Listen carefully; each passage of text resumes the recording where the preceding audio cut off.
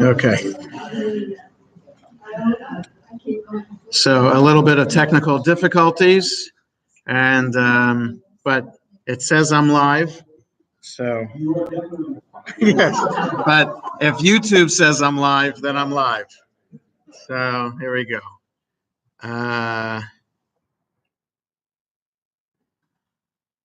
right, so I had originally thought to get back to that book, A Modern Reader for Conservative Judaism, and to talk about God tonight.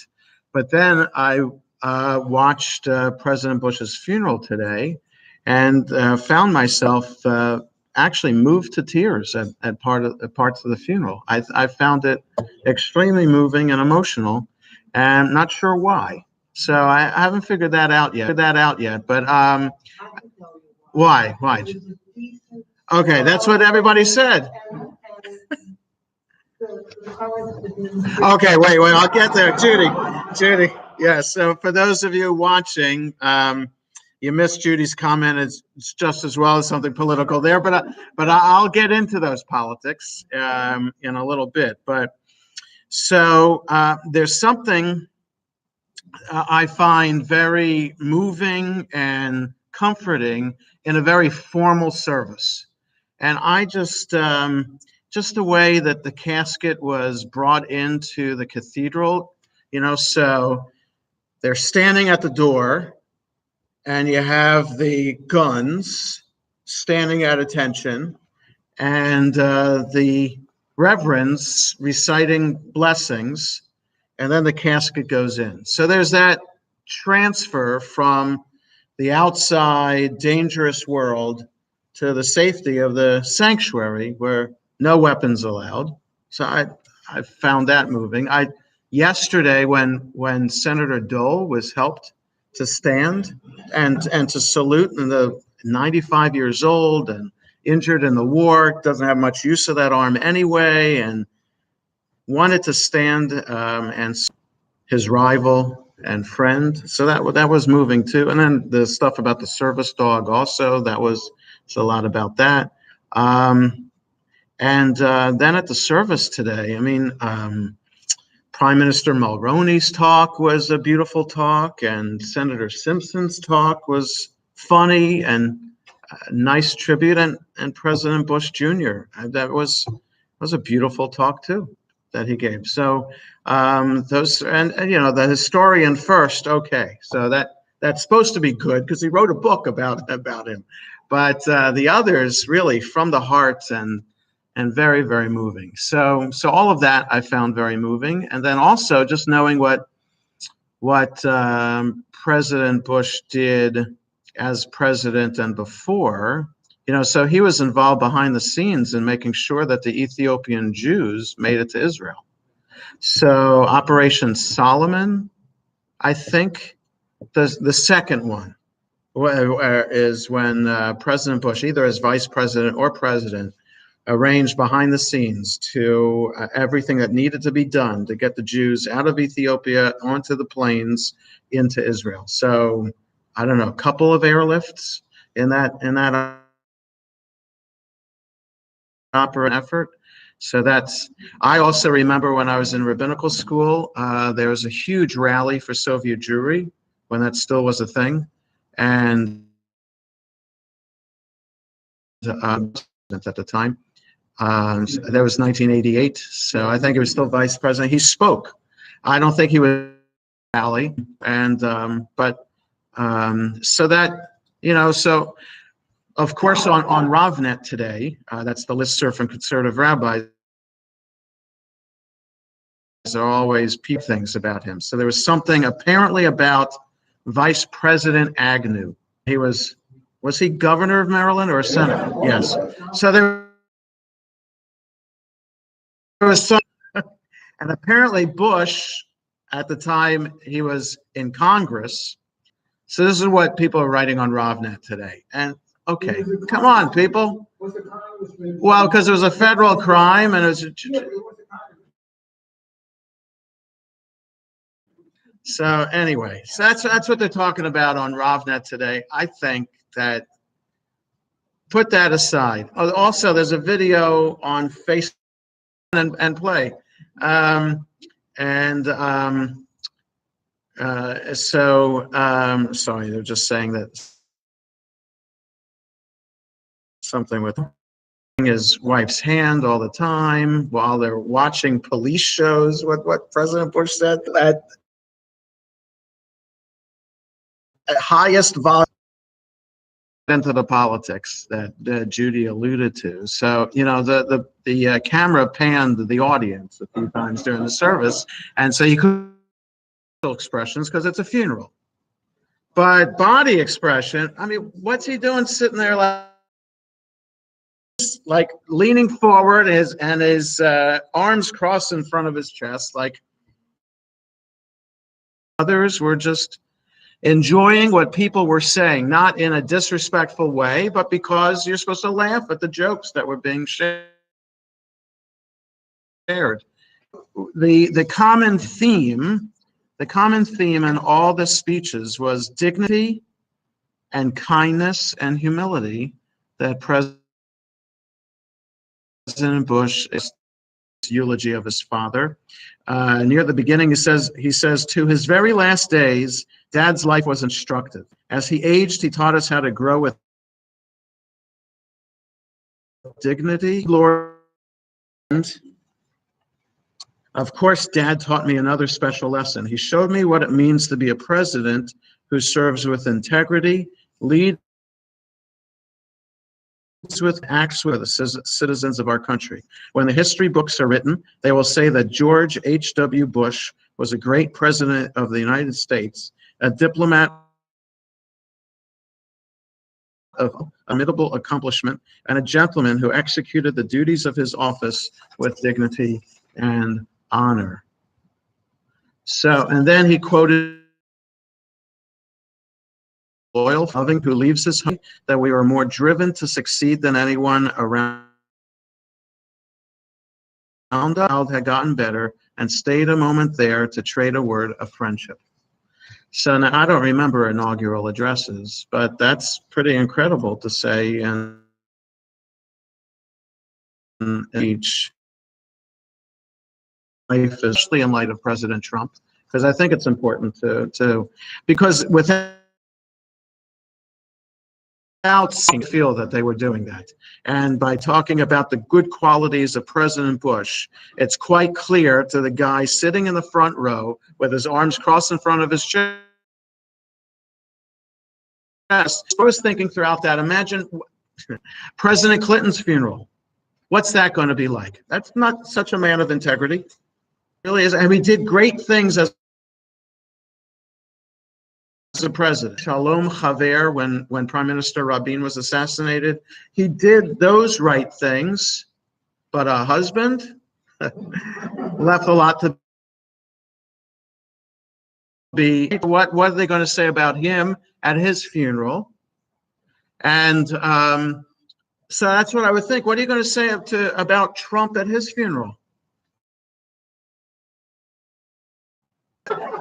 He should live and be well. Okay, so I'm don't start typing in questions about me or posting this that Layman says that trying. What are they going to say about me? Right. So that's what we should all be thinking. What are they going to say about? I should be living up to, and if I haven't, what am I going to do to change? And is it too late to change? So I'm just saying that's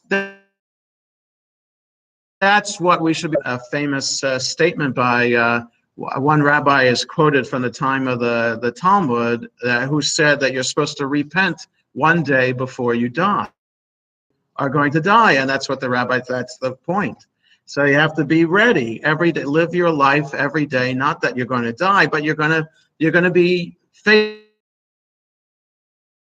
with an account. Are you ready? That it would be good to just to highlight some ideas I go to. Even though I have shelves and shelves of books, my first thing to do to research a topic is to Google Jewish leadership. That's what I Googled. And so tons of articles came up. One of the first was from the chancellor of the seminary, who wrote an article that from the time in 2012, but I have no idea what he's talking about, because I don't remember what was going on in 2012. I mean, Obama was president and he's running for a second term, right? Who did he run against in his second term? He ran against McCain in the first term, for the first term, right? 2008, it was against McCain. So it was Romney in 2012? Remember, primary season, the primaries are over. So, right, so he didn't have any opposition. So it's not like, yeah. So I'm just not sure what was happening June 21st, the world that prompted him to have a discussion about Jewish leadership related to Obama and Obama's leadership. So all he says here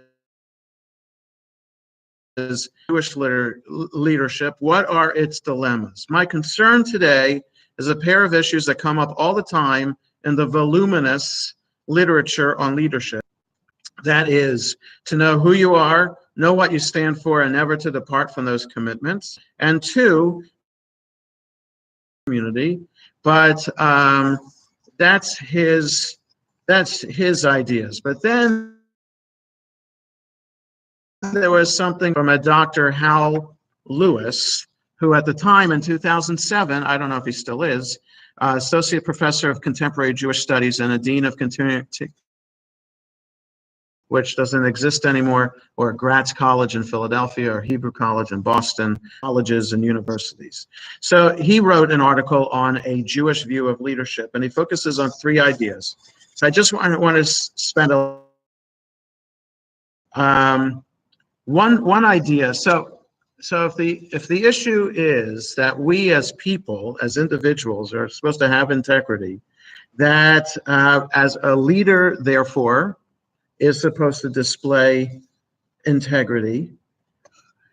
So how should a leader display integrity, but also humility at the same time? So humility is the hardest one to display, because one of the eulogizers commented about, oh yeah, it was the Prime Minister of Canada. Mulroney said something about, oh, we don't have an ego, do we? And everybody laughed about that. So understand that it takes a bit of an ego to run for office, right? Because you have to feel self-confident and say, people are going to want to vote for me. So and then you get people working for you, and then people are voting for you, and then power goes to your head, and you're going to do things that you'll be corrupted by that power. And it's the rare leader that is not. Just look at Prime Minister Netanyahu, where the police in Israel are recommending that he be indicted on bribery, okay, because he wanted to manipulate the media in Israel. Imagine that, and manipulating the media to talk positively about him and negatively about his rival in the previous election. So, you've never heard that before. That's right. So that's what's happening in Israel. And so the critics today are saying about Netanyahu, so you've known about these tunnels that Hezbollah has built from Lebanon into Israel. You've known about them for some time, but today you decided to blow them up? That's what the critics are saying, right? To deflect the bribery, their bribery charges against them, to say, well, you need me in office because we got to protect. I'm the prime minister of security for Israel, keeping us safe. It seems like he's known about it for quite some time, and the people, he's not the only one, obviously, but the security establishment in Israel has known about it. The cabinet, or at least the security cabinet in Israel, has known about it for some time, but for some reason, weren't posing a danger at the time, unlike the Gaza tunnels. As soon as you find it, you blow it up. The Hezbollah tunnel, They've known about it and nothing has happened until today. Well, this one, they're blowing up one today, but I think there are a few of them. So anyway, that's the critics of Netanyahu saying that it's pretty interesting timing in blowing up the tunnel to deflect attention away from the bribery and the potential fall of the government to needing me as the prime minister and getting the support back. Anyway, so that I'm just bringing that up as an example of how power can go to one's head. So the Dr. Lewis is suggesting in his article that there are three ideas of what are the three main essentials of Jewish leadership throughout history and in the sources is a shared and circumscribed power. So he brings us and reminds us in this article that really there's not one leader of Israel. There are two or three leaders of Israel when there is an independent, autonomous Israelite kingdom in the Bible. I call it Israelite when it's in the Bible. It's Jewish when it's the time of the rabbis, because either the temple is standing and bringing sacrifices, that makes it Israelite, or the temple is destroyed and you're praying, that makes it Jewish. So that's the distinction. So in the Bible, when there is an Israelite kingdom, there is a king, and there is a high priest, and there's a prophet. And the three together are supposed to work together for the benefit of the people and in service of God. So that's what leadership is really about in the Bible. Shared leadership. You need the king to take care of the secular stuff and to protect the people, or to engage in battle if necessary. When it's King David, it was on the offensive. Every other king, it was defensive battles. So you need the king to do that, and to do, infrastructure, like King Solomon building the temple in Jerusalem, or building roads and whatnot. So you need the king to do that. You need the high priest to take care of offering the sacrifices in the temple. So to make sure that ritual is happening, because the king doesn't do that, the high priest does that. Only thing the king is supposed to do ritual-wise is have a Torah in his hand all the time. Other than that, he's not an Israelite Torah Bible representative of the people. Got the high priest taking care of the ritual. You have the prophet making sure that both are not corrupted, and that they both keep in mind that service of God is number one, right? So the prophets do rail against the high priests and how they're corrupt in office and letting idolatry into the temple. So you got prophets talking about that, and you have prophets talking about kings who are not following through. So King David, in retrospect, the greatest king in the history of our people, and writing the Psalms as well, was not such a good person, kind of displaying things that President Clinton, some proclivities like that. And a prophet didn't shy away from speaking against the king. Now, some other prophets in other societies would be killed for speaking against the king. And in fact, Jeremiah was thrown in jail for saying to the king and to people that we should not fight the Babylonians. We need to give in to the Babylonians. We are being punished by God for our sins, and God is sending the Babylonians to defeat us. So Jeremiah said to the king and to the people, we cannot fight. The king wanted to fight. He said, to heck with Jeremiah. We're fighting for our lives here. And he threw Jeremiah in jail, in a pit. Where did they come? So where do the prophets come from is a whole different story. We're not sure. We only know from the prophets who made it into the Bible. There are other prophets who didn't make it into the Bible. There are other prophets who didn't even have books that we know about. So there were these prophet schools, because they're only referred to once or twice in the Bible, some kind of prophet school, but we don't really know. All we know is that all the prophets in the Bible were called by God. But who said they were called by God? The prophet himself and I say himself because they're all men. The prophet himself says, and just records for us the account of them being called, whether it was a dream at night or, and literally they're standing and God's talking to them. So which came first, the book or the calling? And who determined that these 15 prophets that have books in the Bible, 3 big ones, Jeremiah, Isaiah, Jeremiah, Ezekiel, going in historical order. That's how they are in the Bible. And then the 12 so-called minor prophets, only because their books are shorter, not because of they're less important. So the longest one of them being 12 chapters long, Hosea, but the shortest one, Obadiah and Habakkuk, 1 chapter each. So Jonah, 4 chapters, and everything in between. So all of them were called by God, and all of them had a mission, at least one mission, like Jonah. His mission wasn't even in the land of Israel. His mission was to go to the Assyrian nation, to the capital city, and get them to repent. So you hear a message like that, of course, well, the first instinct is to run away, and that's what Jonah did. So, but he's the only prophet who worked outside of Israel. All the other prophets were speaking either to the northern kingdom or the southern kingdom of Israel.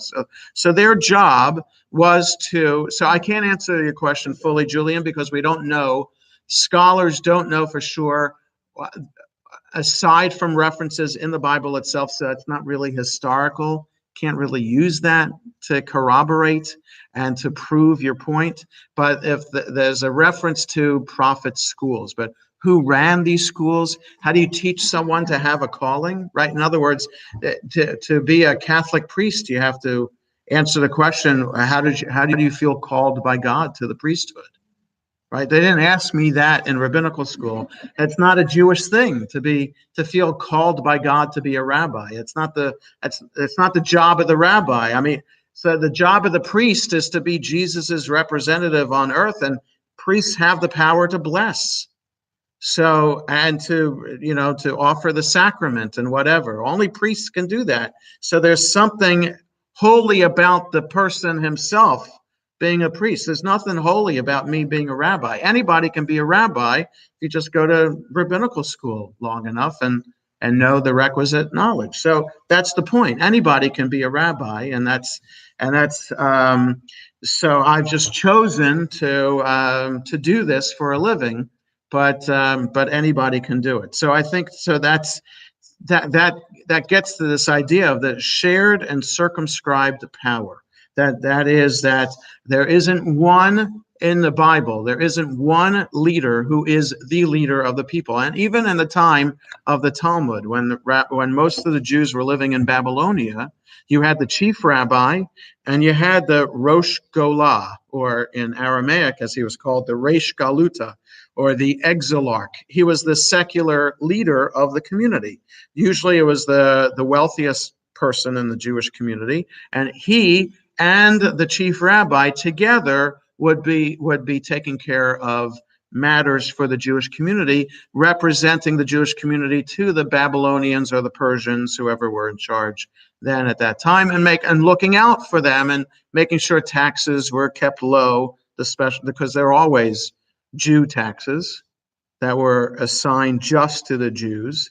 And so it was the exilarch and chief rabbi's job to make sure that the head of the secular government, non-Jewish government, would treat the Jews nicely.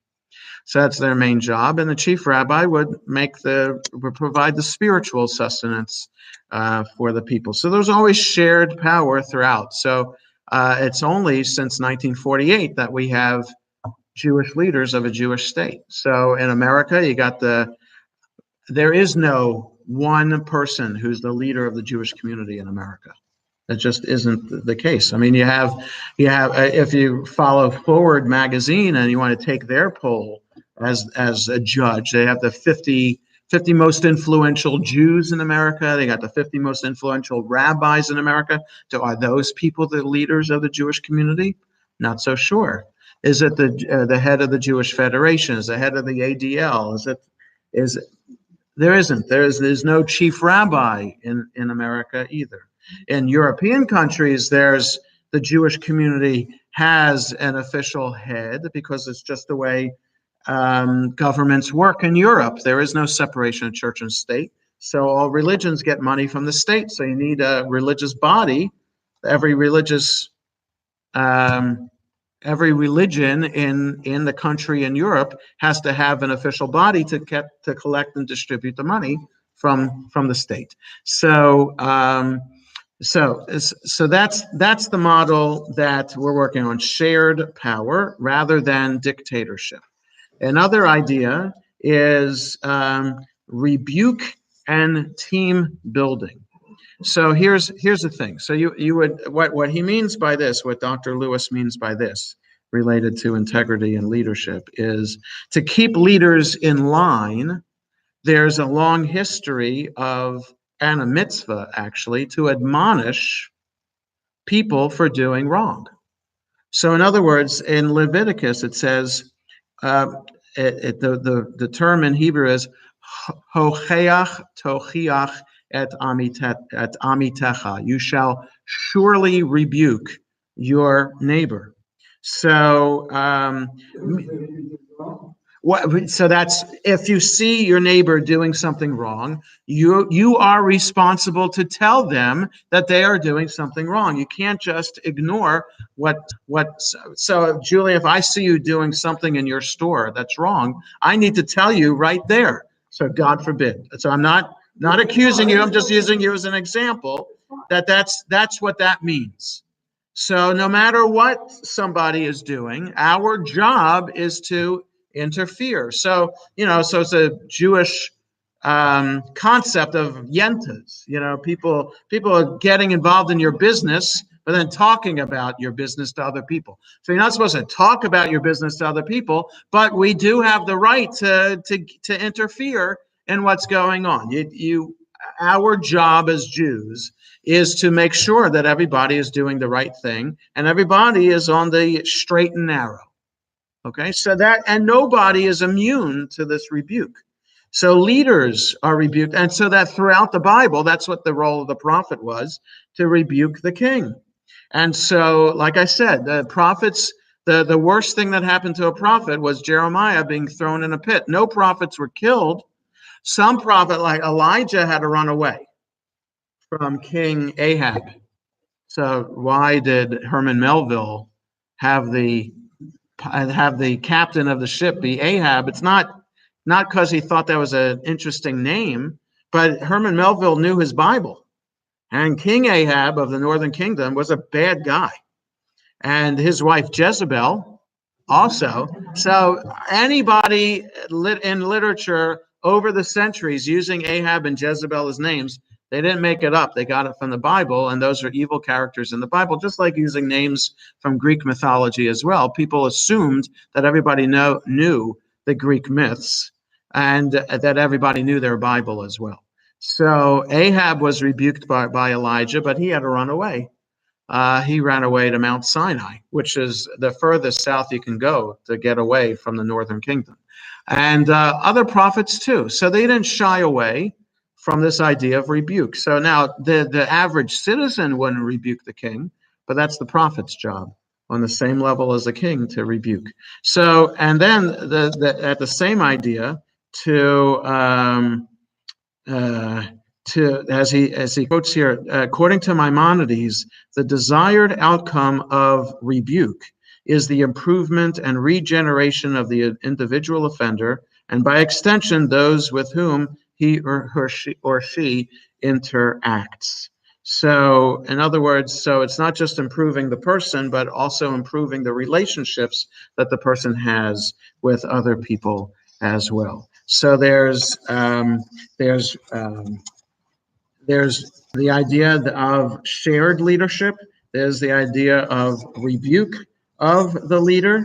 And then the final topic is succession planning, is an important concept in leadership as well, succession planning. And so here he uses Moses as the example for this. And that Moses is really the best example and the superior example in all of the Bible for the ideal Jewish leader. So you have Moses. Moses delegates leadership, and that he's helped by his father-in-law Jethro to help with taking care of people's legal problems. So instead of Moses sitting from dawn to dusk, having everybody in the community come to him to settle their problems, it was his father-in-law Jethro who said, you know what, have a magistrate system. Somebody for tens, somebody for hundreds, somebody for thousands, and that way you delegate. So it's thanks to his non-Jewish father-in-law that we get that idea of delegating. We get the idea of shared spiritual leadership too, because there's the example of Eldad and Medad were prophesying in the camp. So that's a strange thing. So to your point, Julian, about like where the prophets come from, who are these Eldad and Medad? When we know what they're at that in the context, there were 70 elders of the people who were gathered together at the time. This is near the time of Korach and his rebellion. So Eldad and Medad were prophesying in the camp, and Joshua, who is next in line after Moses, comes running to Moses, worried about the competition. You got rivals in the camp prophesying, and Moses answers, would that everybody would be prophets.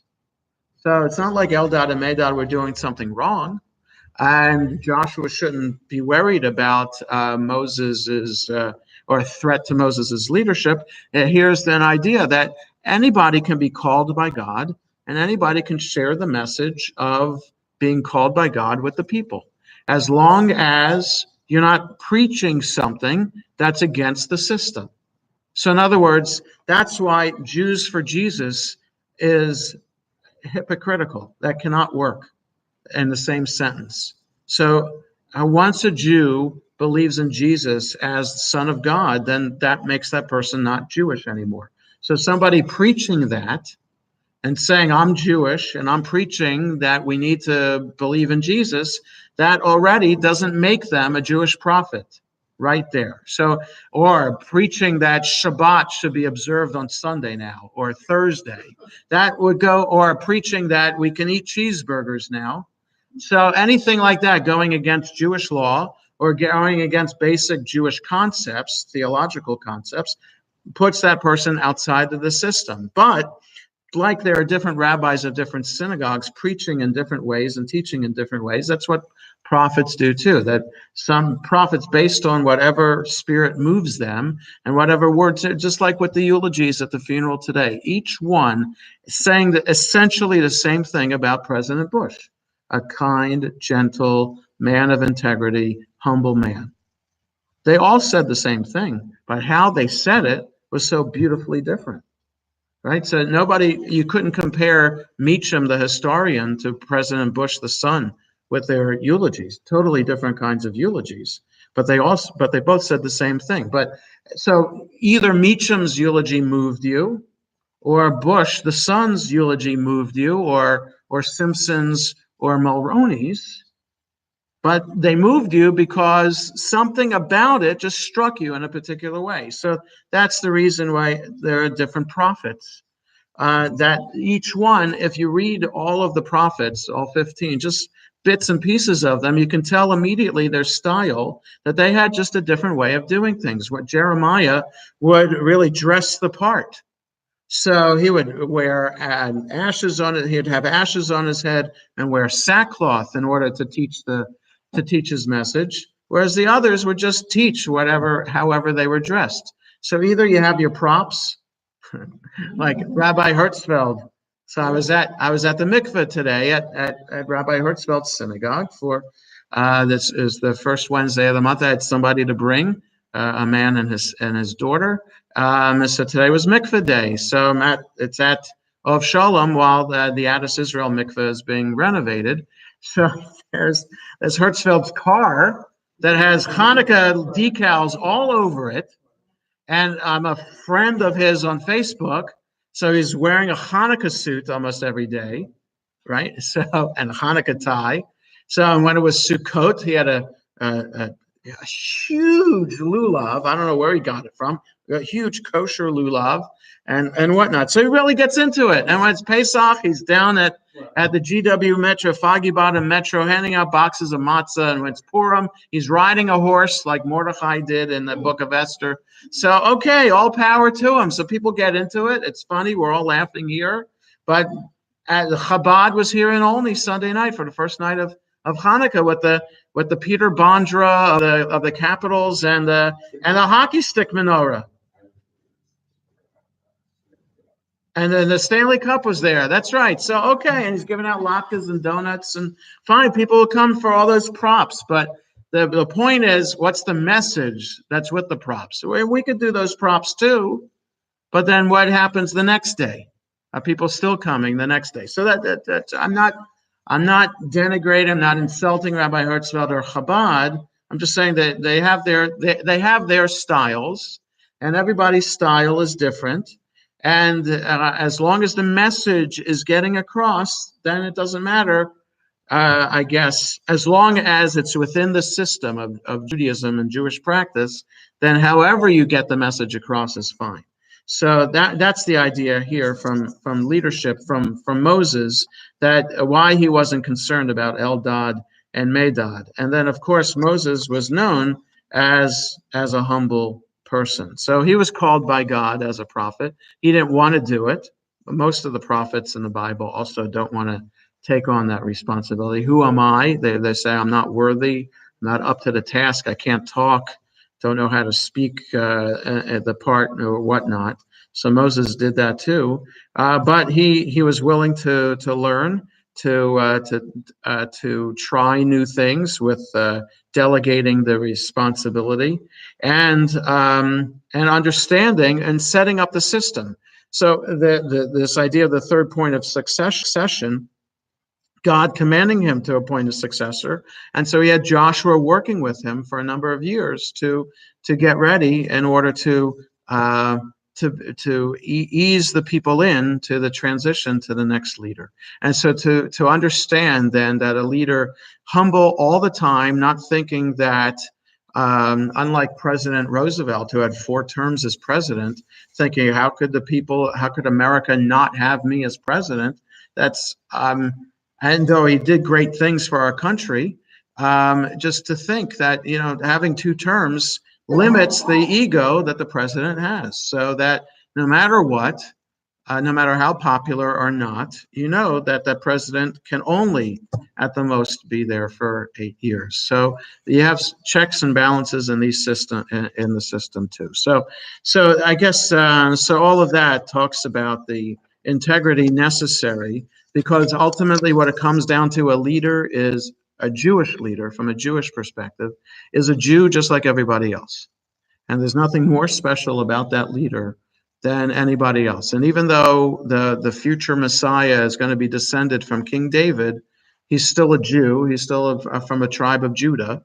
And a king or prophet, the high priest can only be a Kohen, but also all of them, they have a job to do, and they should leaders should always feel that it's their privilege to do it, and they should do it with integrity and with humility. So any questions, thoughts, comments about this?